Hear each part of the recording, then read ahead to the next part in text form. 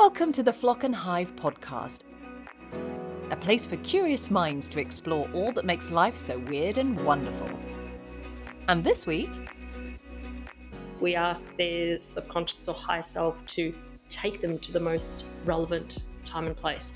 And so it will always bring forward something that has relevance to their current lifetime, because otherwise, why bring it forward? And that could be relating to a phobia or relating to a pattern that's constantly repeating in their lives. And they can see that I'm doing this now because I had that experience in that particular life, so therefore I'm just repeating it now for no other reason other than that energy is carried forward. We speak to Nadia Gledhill about quantum healing hypnosis and more. hello and welcome back to the Flock and Hive podcast. Welcome back. We're taking you back, darker, deeper, back to the source. Yeah, it's quite a philosophical one this week. It really is it's a conversation about getting to the point where we accept that we're all connected, basically, to each other, to the world, to source or to God, whatever you want to call it. But just it's the meaning of life, basically. We've tried to put into a 40-minute podcast. We've wrapped it all up for you, so job done. Of everything we've done, we've gone from one end to the other with these podcasts. This one has garnered a very strange reaction in me. I don't know why. I don't know if I'm conflicted and I'm maybe not really convinced, but I don't think it's that. I think it's just really overwhelming and maybe I'm a bit resisting because it feels really heavy. Well, I'm not surprised because sort of giving yourself over to this way of thinking means letting go of a lot of other things, and that's frightening. Yeah, I think the idea of undoing to the point of raising everything to the ground and starting again is really wild. Yes. It was really fascinating to have this chat with Nadia, as you'll hear when it comes up, because she has such a matter-of-fact way of describing the process of going through hypnosis to access your like higher consciousness or higher self, but just really what you know to be true inside that your kind of your daily brain won't let you access because it's too big or you don't remember it enough. Or or you don't remember it because you're actually going back a few embodiments, aren't you? You're going back to another version of yourself. Just your soul has been there, but you, who you are today, hasn't. Yeah. I do like the idea of asking myself questions that I know, though, and sort of reaching back and understanding why there might be certain things that I do today that apparently I've always done, not just in this life, but for all eternity. Yeah, and Nadia talks about that, doesn't she? And we've obviously touched on that in loads of other podcasts and loads of other subjects. But this is the one where it's a facilitation to get to what you want to know, but from yourself, from before you were yourself. Oh my God, I've gone cross eyed. But just to clarify, what we're talking about with quantum healing hypnosis, it's all about getting into a state of hypnosis and calm so you can kind of access your inner knowing, and that should help you solve some problems in your current life. And it's an official technique, let's just say. Yeah. And I think it's not just accessing what you need to know, it's also understanding how clever we are at hiding what we know because it's too painful. And so I think it can really help you understand the coping mechanisms you're putting into place, which aren't necessarily serving you anymore. So it's just really important that it can be sandwiched with that way of understanding it as well. And we touch on the fact that while up front some people might think this is woo woo, actually, when you boil it down, the concept is the same across all religions and always has been. Mm. So that which leads me to the word of the week, which might help clarify what I'm talking about, which is Turiya. Have you come across this? Sounds like a condition that would happen to your ear. Turiya. You're so funny. It's not that, funnily enough. It's a word that comes from Hindu philosophy that represents the fourth state of consciousness. So beyond waking, beyond dreaming, and beyond really, really deep sleep, it's the purest form of awareness, characterized by self-realization and enlightenment. So that's Turiya. No, never heard of it. But I've obviously heard of that state being talked about. Yeah, it's in Christianity as well, but it's in Islam. As you'll hear, we chat about all of that later. When you hear the words state of consciousness, do you not just have Josh Wink in your head going? Who's Josh Wink? You are so uncool. Oh no. What? Who is he? To be fair, I mean, I don't know why I'm necessarily this is cool. Josh Wink, he had that, some might argue horrendous, some might argue iconic track in the 90s, High State of Consciousness, and it literally is the one that starts that builds up to You did it. I hate that. I know exactly what you're talking about. You weren't quite high pitched as I was imagining. Oh, sorry. Would you like me to? Off air, I'll take you there. No, you totally. Of course, you'd hate it. You don't like high noise that is like a woodpecker inside your brain going. Da, da, da. But yeah, when we talk about this, I do have that in my head, which is slightly annoying. And thank you for that because now so do I. Not the sense of enlightenment that I was hoping for. But maybe you need to get annoyed so much that it pushes you through some kind of barrier where you're like, oh my god, I can't take it anymore, and then you find release. Maybe it's that. Oh, this actually reminded me of a book I read once called Proof of Heaven. Did I ever discuss this with you? No. It's a fascinating book. It's a neurosurgeon's journey into the afterlife, and it's an in-depth account of how this guy, who a proper neurosurgeon in the States, himself died basically on the operating table and was physically dead. What was the word? Clinically dead for quite a long time. And he talks about the experience during that time and how hard to explain it was. But he survived it. And now it feels like his mission to talk about it because he's like, it's bloody real. We do go up there.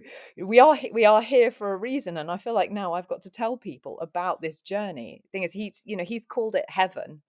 So but actually when you read it, it's more about everything we're about to talk about with Nadia.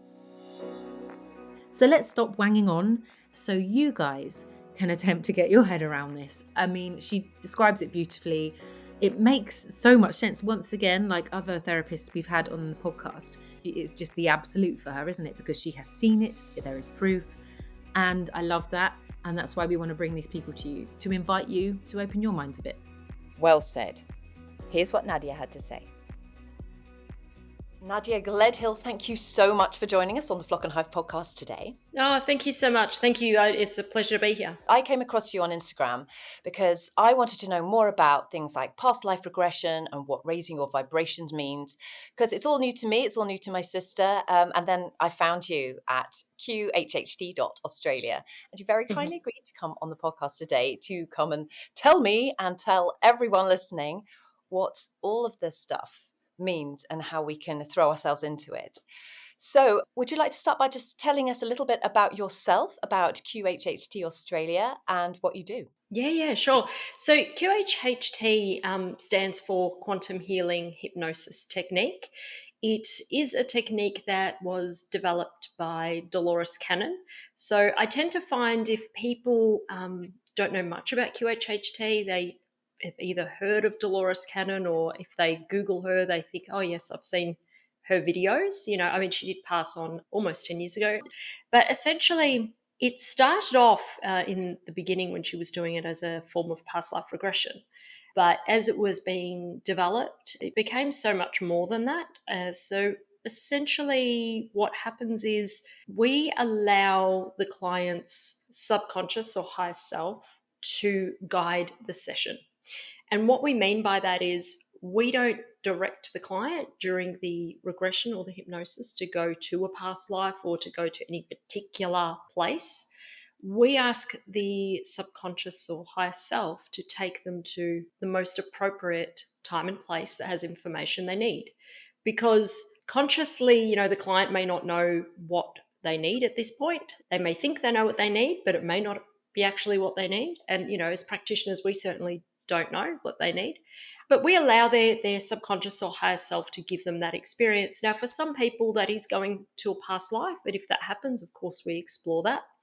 Or it could be many other different things. I mean, I suppose the bigger question is, what is a past life? An easy way to think of it is, life is consciousness, and what is consciousness? You could start. That's a whole rabbit hole there. But I suppose some people have had lives as animals or plants, trees. I had a rock once.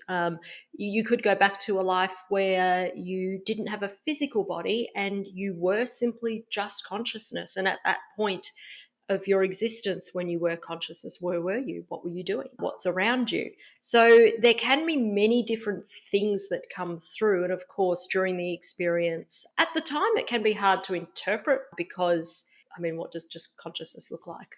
Or what does it feel like? It's very hard to explain. And that's okay because, during that experience, it's not up to the client to understand it at that point. All they have to do is just talk to the practitioner and let them know what they're experiencing. I say to my clients, it's like a little clue hunt. You're not really looking for the answers, you're looking for the clues during that part of the session.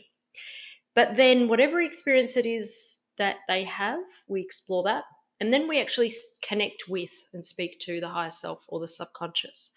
And for me, that's where the gold is. That's where we connect with that all knowing part, and we're able to find out exactly what it meant, everything that the subconscious or higher self brought forward during that experience for the client, what it all meant. We can unpack it all. And it's quite profound how that works, how during a regression it will, things just sometimes seem so unconnected, or you think, how does this even fit in with this client's life? But the subconscious from the client is able to pack it all together in a nice little box, and it makes perfect sense. It's so profound. And then after that, we have a debrief. So the whole session, really from start to finish, if, with QHHT, the way Dolores taught it, you're with a client for at least 4 to 6 hours minimum. Oh, wow, gosh. 4 hours is probably the shortest I've ever done. I think the longest session I've ever had was about 9 or 10 hours. I know some people have had sessions that go much longer than that. But, the session incorporates, the pre-talk and the interview, and as well as the regression and the debrief. So it actually goes quite quick. But yeah, it's quite an interesting experience. So it does incorporate past life regression, but it goes on to connect to the higher self and the subconscious as well. Okay, and this is an official Yeah. qualification as well. There's a technique that Dolores created. Yes. Can anyone come to you and have a successful session? Yeah, definitely. So to have a successful session, the trick is that the client really has to be ready for the session. And what I mean by that is, and look, everyone who's come has always been ready, they wouldn't book otherwise. But, you have to be able to really relax into the session and trust the practitioner that you're with. And everyone will get what they're ready for. No one receives information they're not ready to receive. Everyone's session is very different, but everyone gets what they need. Everyone is at a different point in their journey, or they need a different piece of information. And so basically it meets everyone where they're at. Does that make sense? Yeah. It's suitable for everyone in that respect. What are the reasons people come to you to have a session in the first place usually? Yeah, are varied. So people that want to know themselves on a deeper level, like tap into that all-knowing part of themselves, so that they're able to then recognize that in their everyday life. When we do get those messages that come through to us, those nudges, the knowing, those gut feelings, they're able to then better tell the difference between, is that my ego brain talking, or is that my higher self talking? And so when you have a much clearer connection in a session, you're then able to recognize it much more easily in your everyday life. So we have people that, self-development, spiritual development, people who are after physical or emotional healings as well. The subconscious or high self is very capable of doing some very amazing things in that space. So people come for that. We have people, that may recognize they have certain limiting beliefs or blocks, and they're not sure where that's coming from, and they want to get to the bottom of that.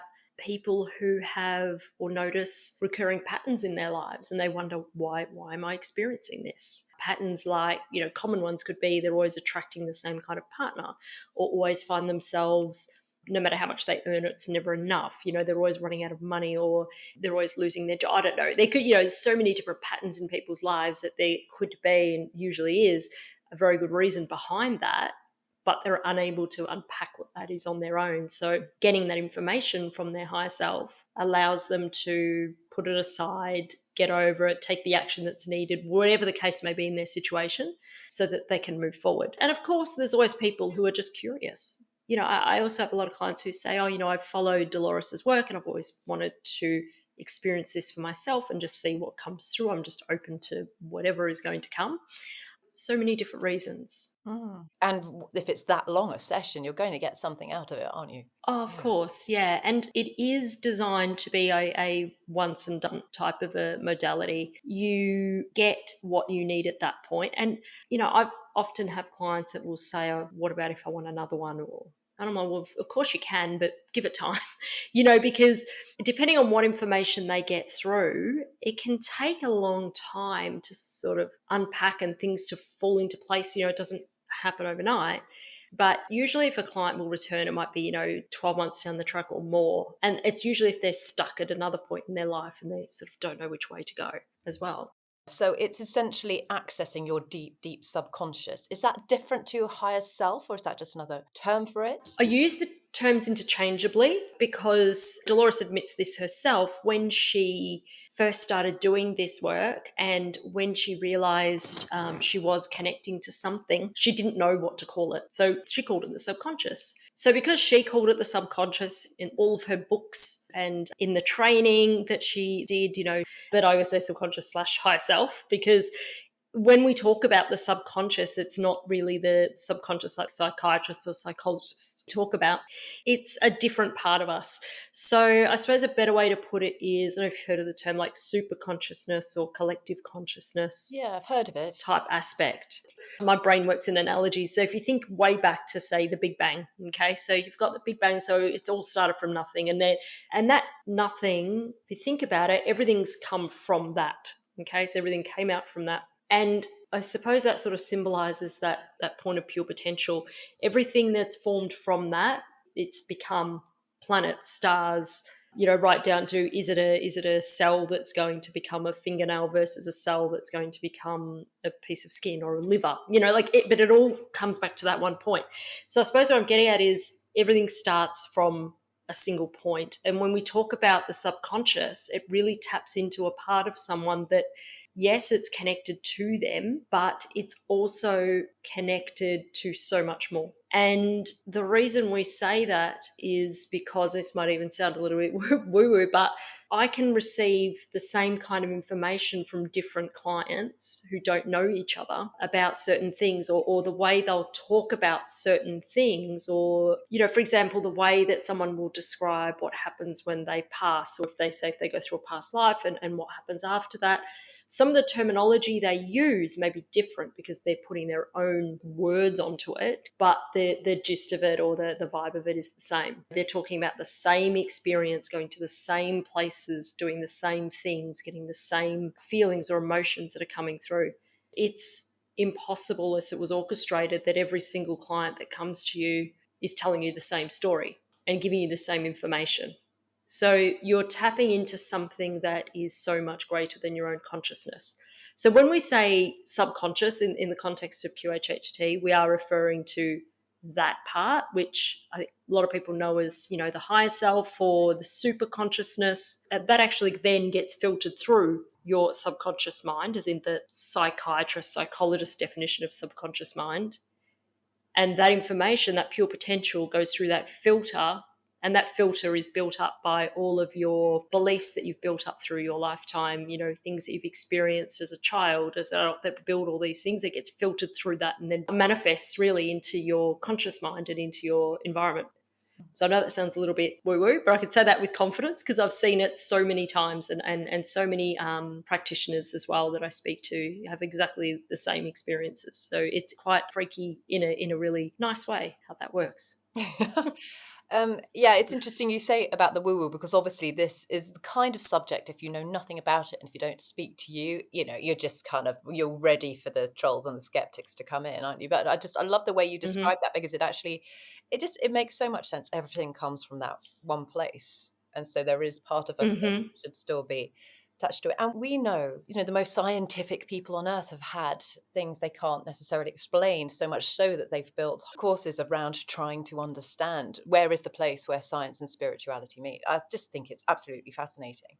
So if we look again at your sessions and what happens in your sessions, you say that sometimes people will go down the past life route. Can you tell us a little bit about that and whether there've been any particularly surprising revelations during your sessions, etc.? Anyone who Yeah, yeah, been other than a rock, which I love, yeah.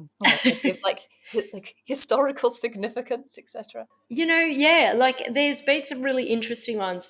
Well, I have a terrible memory when it comes to my sessions. It's probably a good thing, but I don't recall anyone ever having a past life where, say, they were someone significant, like that the person, like Cleopatra or something like that. But I have had someone who was at the I always say this word wrong, of Crucifixion. Jesus. Crucifixion. Thank you. Mhm. Anyway, but they were there and witnessed that whole event and spoke through it and things like that. So that was quite interesting for that person to have that experience and being able to ask them questions and guide them through it and finding out what was happening and getting them to relay that, that was quite fascinating in itself. And do these experiences that come through tend to help make sense of their current life sometimes? Like, can we be influenced by our previous lives? Definitely. So the reason they come through, and again, I said we don't ask them to go to a particular time and place. We ask their subconscious or higher self to take them to the most relevant time and place. And so it will always bring forward something that has relevance to their current lifetime, because otherwise, why bring it forward? It's not relevant. So there'll be a connection to their current life. And that could be relating to a phobia or relating to a pattern that's constantly repeating in their lives. And they can see that, oh, I was doing it then too. Or, oh, I see why I'm doing this now because I had that experience in that particular life. So therefore, I'm just repeating it now for no other reason other than that energy is carried forward. Or there could be another reason why that's repeating as well. Maybe they never learnt the lesson in that lifetime and they're presented with the lesson again until they learn. It never brings anything forward just for fun. There'll always be a reason behind why. And the subconscious, when we connect with it after that first part of the experience, it will always tell you why so that the client can make that connection Hmm. and take whatever action it is they need to take. This is probably a dumb question to ask, but do people's voices change sometimes? They can. Yeah, that's not a dumb question at all. Wow. They can change. Yeah, depending on the experience. So, thank goodness I've never had this. I do know practitioners who have had clients that start speaking in a language they don't understand, which is odd because it's very hard to guide someone when you don't know what they're talking about. So, I'm glad that hasn't happened to me because I'd be like, what are you saying? I don't know. Yeah, so I've heard that. I've had, voices change. Some people who tend to go really deep will actually start talking in the first person as if that's them. And again, it depends how the subconscious wants to show them being as that person, or they might be watching it like a show, or it can be all different. But yeah, definitely voices can change. Yeah. Let's talk a bit about akashic records because that's something I've heard of, which is fascinating, and it feels like going even further than past lives. Can you tell us what those are and how you might access them and what they give you? Yeah, so Akashic records are, well, they can actually be known as a few different terms. I always tend to call them the library. It's an energetic library of the record of every soul, what's happened. Well, when I say what will happen, the future is not really set, but definitely everything that's ever happened to every single soul. But in this line of work, we know it as the Temple of Wisdom. So there's what's called the Temple of Wisdom that clients have gone to. And within the Temple of Wisdom, there are three main rooms. And so you have the library, which is like where the akashic records are. There is the tapestry room and the healing room. And sometimes the healing room is actually probably more common, to be honest, than the akashic records. Some souls will go to the healing room after a particularly hard life if they need some healing before they then move on again. How it presents is not really as relevant, because at the end of the day, it is all energy, and it's just how it's going to manifest for that person, for them to be able to perceive it in their human form, I suppose. But yeah, it just contains all the records. So if a client happens to go there, it's happened a few times where they'll just go unprompted. And usually that will be because there is something there that they need to see, or their subconscious needs to make them aware of. I've had a few clients who have asked me to ask their subconscious to take them there. And I think only once the subconscious said no, it's not going to do that. And you can't force them to. It'll just say no, there's nothing there for her. I'm not going to, there's no point, So, but all the other times it's, allowed them to go there. But usually the ones that I don't ask the subconscious to go, if it's just purely led by the subconscious, that's where they'll I suppose find something really relevant rather than just going out of interest, if that makes sense. Yeah, it does. Because the way you talk about it, it's like it's so matter of fact. Yeah, but it is so matter of fact only because I've seen it. I experienced it through not just myself, but through clients. And so for me, it is matter of fact. Just it is what it is. Like, Yeah. it's interesting. Okay, so I have a big question about all of this. And as I get older, I am more and more open to a much more spiritual way of being. Coming from a very black and white medical background, as I have.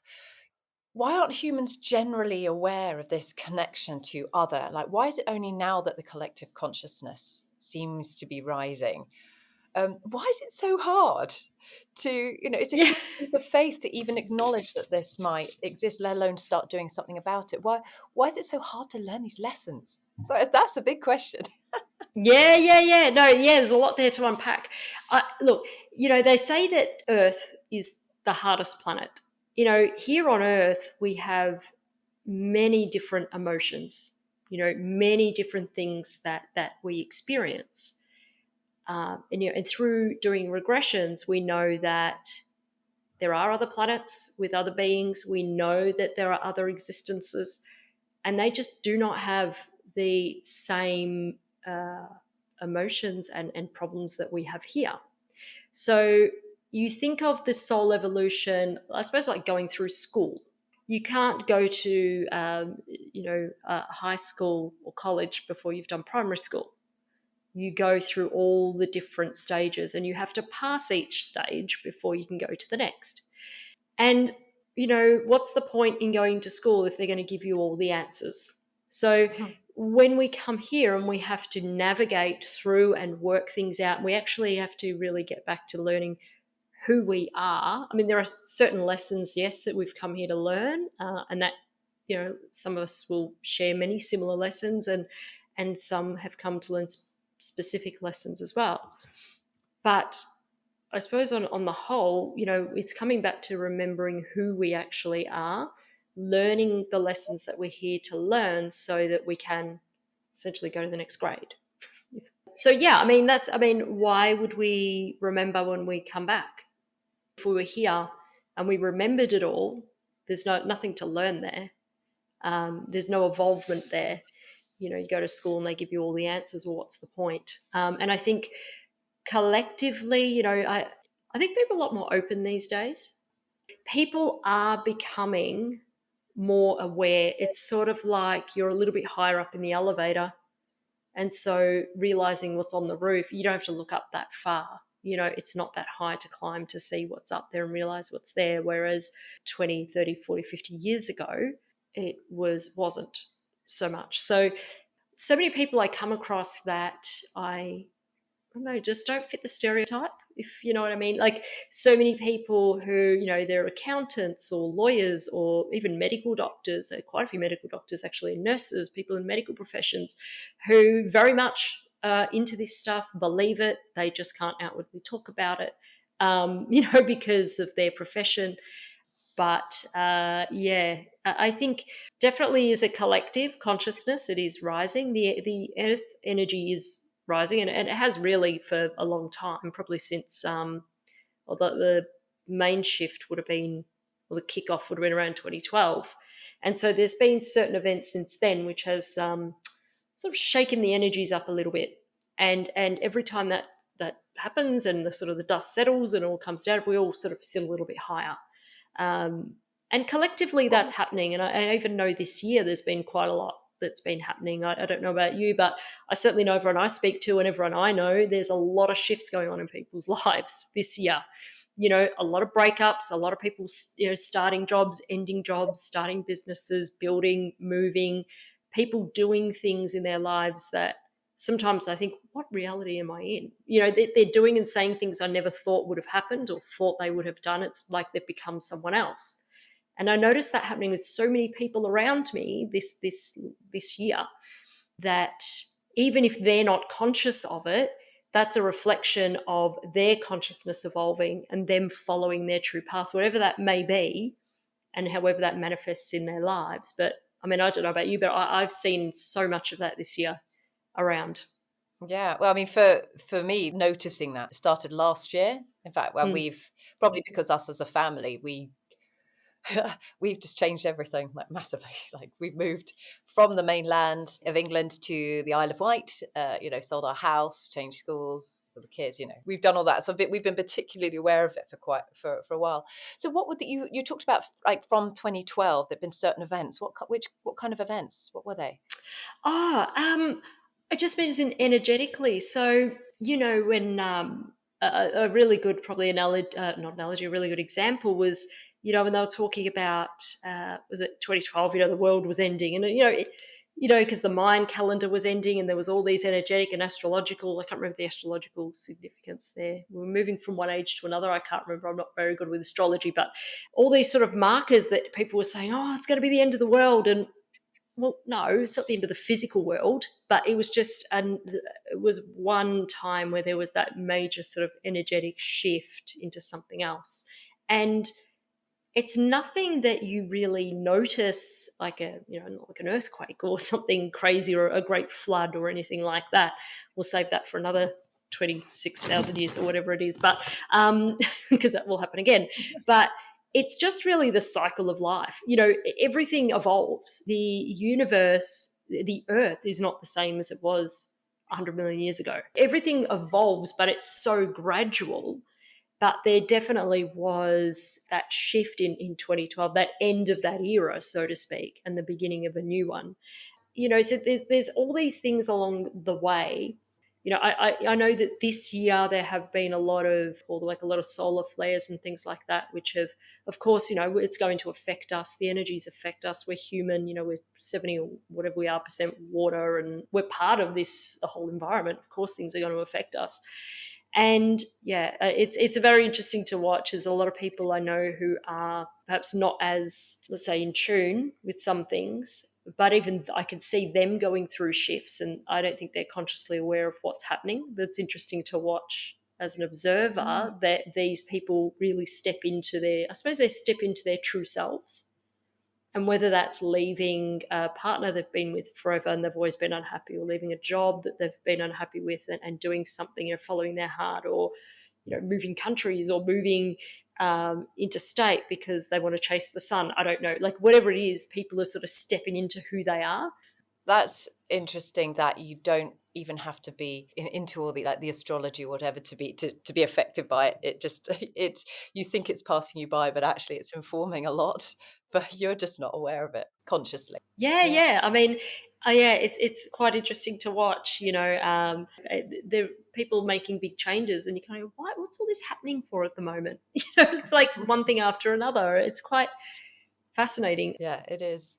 So, what can we do daily or regularly to help us live a more connected and contented life? Because I think in the small amount of time I've just been interested in this, I have felt a real sense of more contentment, more connectedness. But what that's given me is a sense of calm and fearing the end of life less, etc. So, what can we do to help reach that state? Oh, look, as boring as it may sound, honestly, it's meditation, reflection, gratitude, being in nature, grounding, coming back to who we are and realizing that we are all connected, and just having those experiences, those positive experiences that make us feel good, that help to lift our vibration. Vibration's just it's the frequency that you're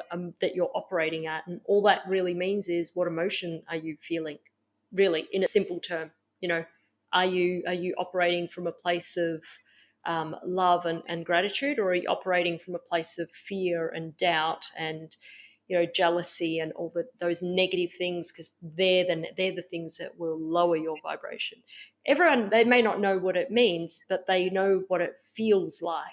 If you're listening to a song that you love and you feel it uplift your spirit and it puts you in a good mood, you're raising your vibration. So it's just about keeping that high and being connected with who we are. But yeah, meditation, grounding, I think that in itself, like you say, brings a lot of calm, and you start to then understand how everything all just works together. But it makes sense. If like the more you're in that positive, higher vibrational state, then you're probably going to attract more of it as well. Whereas if you're constantly operating in that lower state, surely you're just going to see more of it and it's going to drag you even further down. Whereas so Correct. gratitude, Yeah. meditation, and just being connected and being in nature will help keep you high, as it were. Yeah, exactly. I mean, there's a whole science and physics side of it as well that you can get into if people are into that, into all the science side of things. But yeah, definitely, it's, what is it, like the law of resonance and everything. You're going to attract what you vibrate at. I know it sounds terrible, but we've all met these people in our lives that you think, why does everything always happen to this person? Like, they're in Australia, we call them the shit magnet. It'd be like, this person just attracts shit. Like, they've been in a car accident and then they'll fall over something and break their shoe, and then and you just go, what is going on? Like, on the law of averages, this isn't right. We should all be equally sharing this. But we're not, because they're always vibrating, well, not always, but they might be vibrating on a lower most of the time. That's what they're going to attract. And then you get people who are just always happy, or not always happy. I mean, that's impossible. But I suppose looking at the positive side of things, and having gratitude, and helping people, and all of those positive things, and good things just happen to them. You don't have to really believe in anything woo-woo to know that that's happening around you. We've all seen people like that. We may even be one of them, But yeah, it's science. It's science. It comes down to science. Love that. So, Nadia, thank you. Why don't you tell people where to find you on Instagram and in real life, and how to do your sessions? Yeah. So on Instagram, it is qhht.australia. Online, it's qhhtaustralia.com.au. And I do the QHHT sessions. I'm in Melbourne, Australia, and they have to be done in person. But I also do quantum healing over Zoom, which is very, very similar. Same sort of concepts. And yeah, they can all be booked through my website, or through the link on Instagram as well. Nadia Gledhill, thank you very much.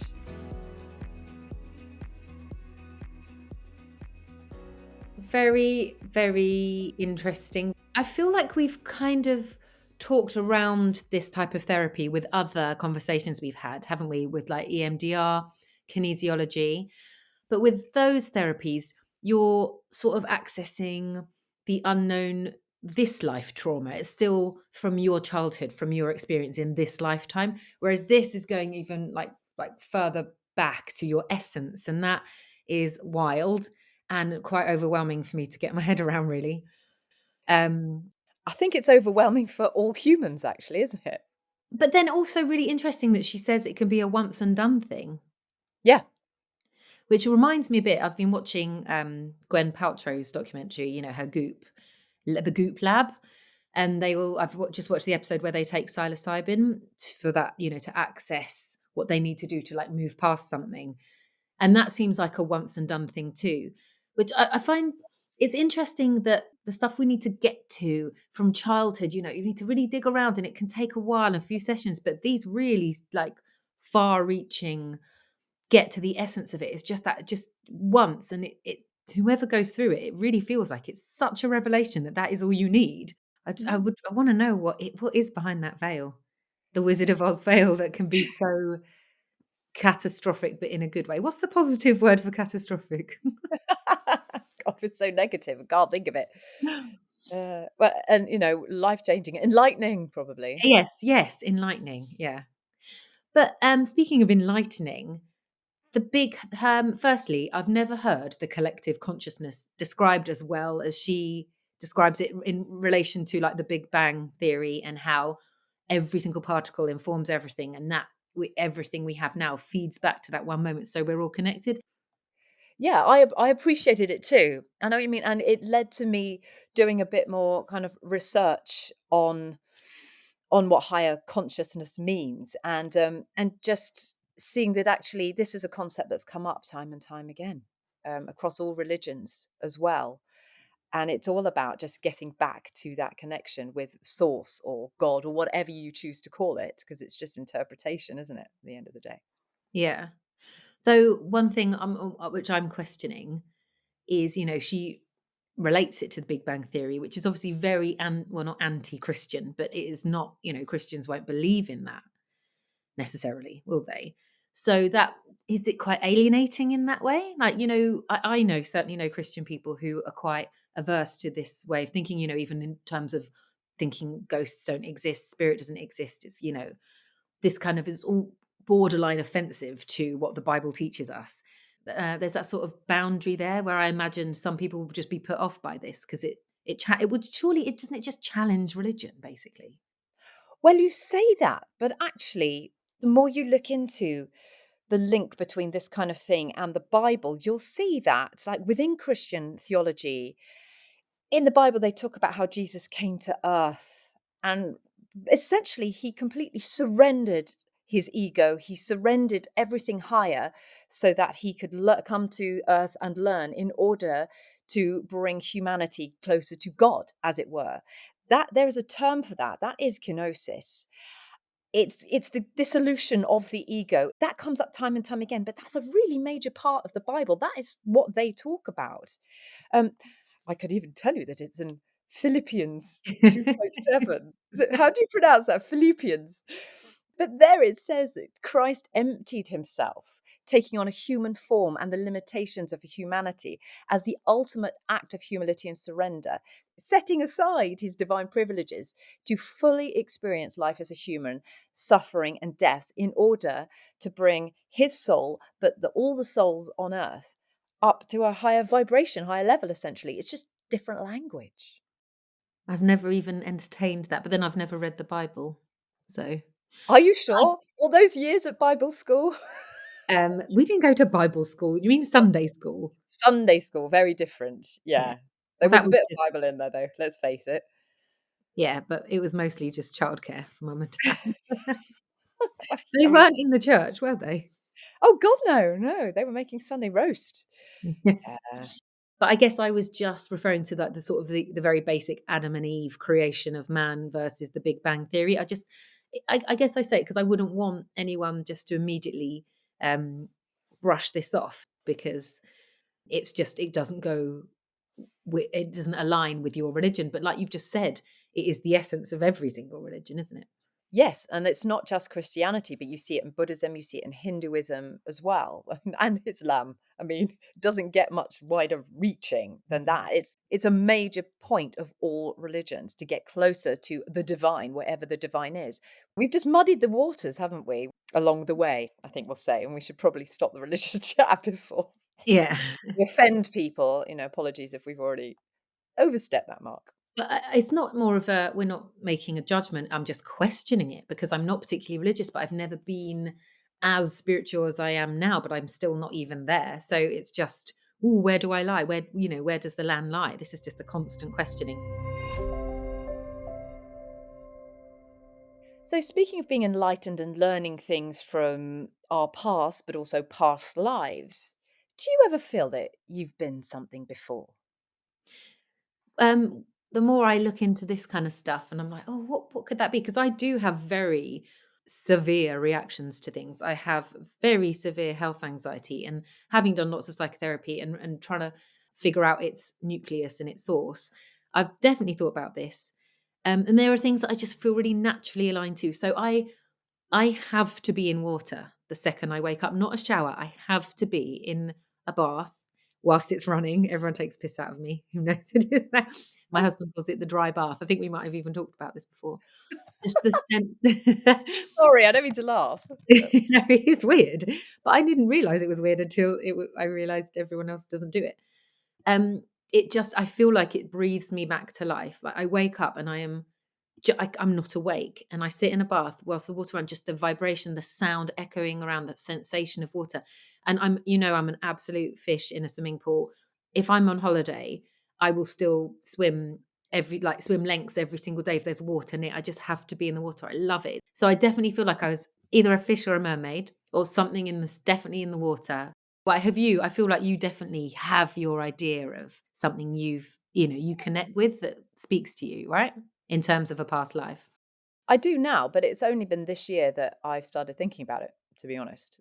But that's why I asked. I wondered if looking back, actually, there have been some clues, because for me, I had quite a strange reaction to being in some very old ancient ruins when I was on holiday in Sicily. It was in a place called Selinunte. But this goes back to like Roman times. That's and ancient Greek and Roman times, that the city was inhabited by people all that time ago. And I would just stand there and I'd get this waft of like fresh fig trees, because there were little plants of fig trees, really that lovely warm wind, looking out to sea.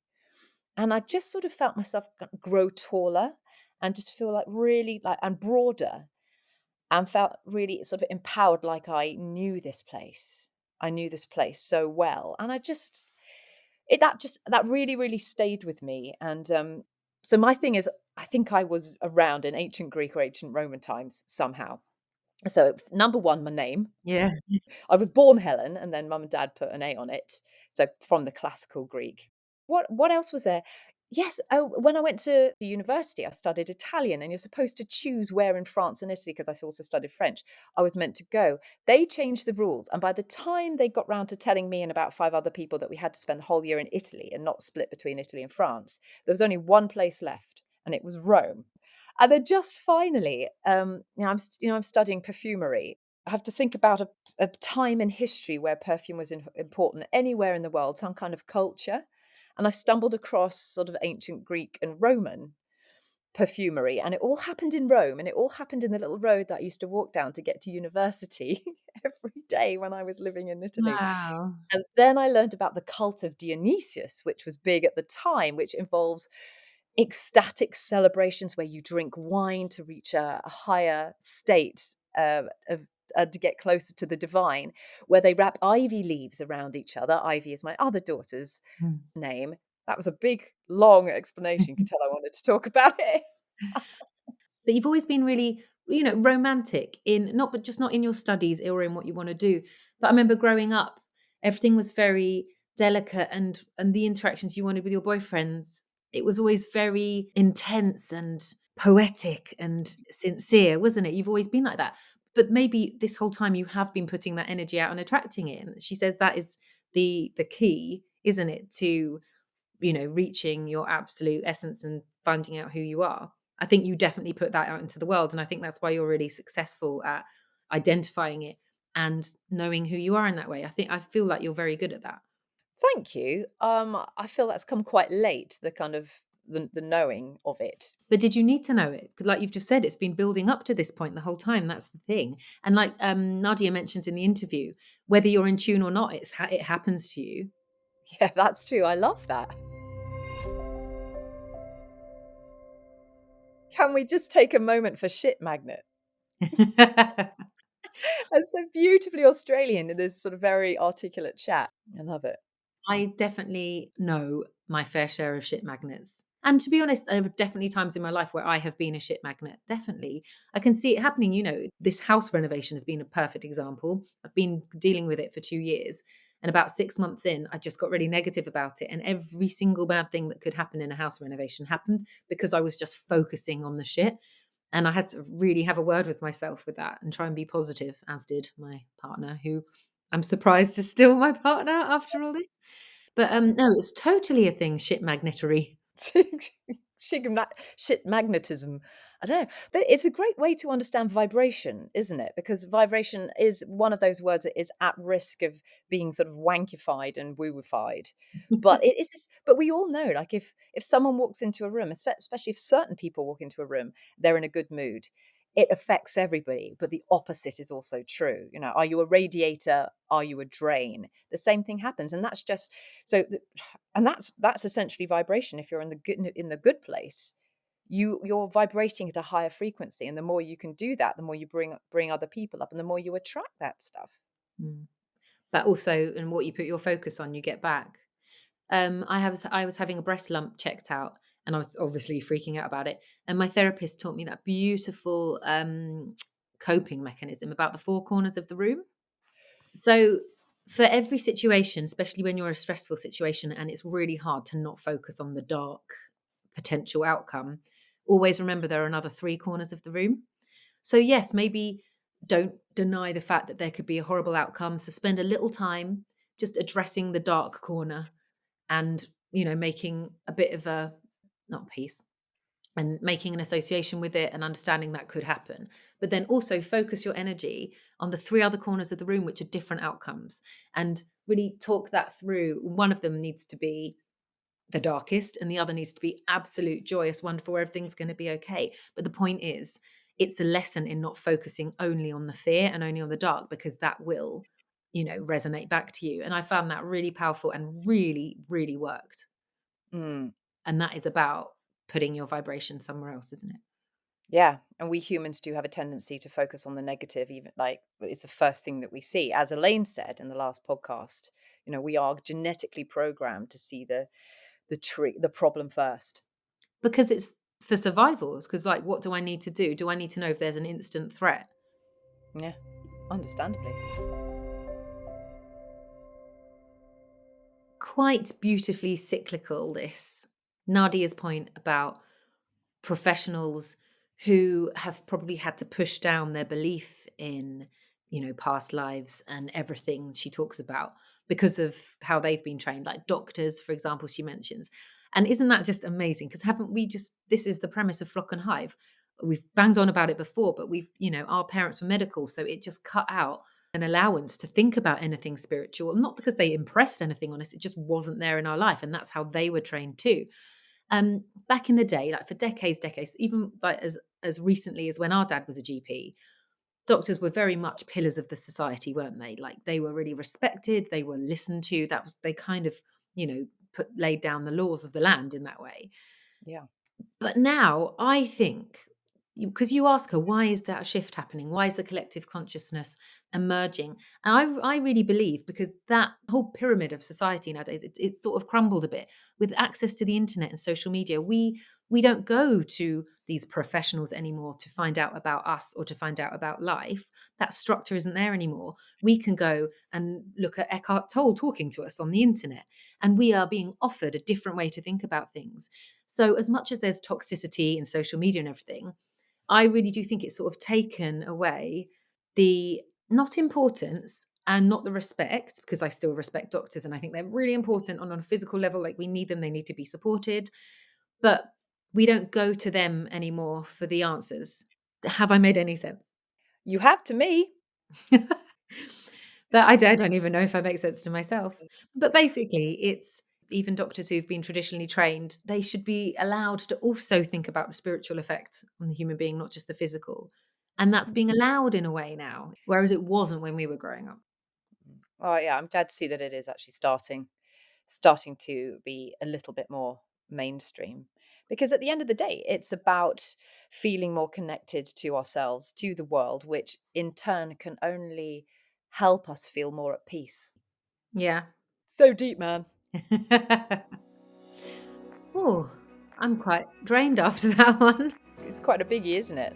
Yeah. But I would suggest if people want to know more about QHHT Australia, go follow Nadia Gledhill on Instagram at qhht.australia. She's got loads of really interesting things on her Instagram all around this subject. And also be sure to check out flockandhive.com, where we take a deeper dive into everything we talk about, and there are articles up there each week relating to each topic. And follow us on the socials at Flock and Hive, please. Links to those articles and to our guests and to the various books that we might discuss are on the show notes as well. So on that note, thank you so much for joining us, and we will see you next week. Bye. Bye-bye.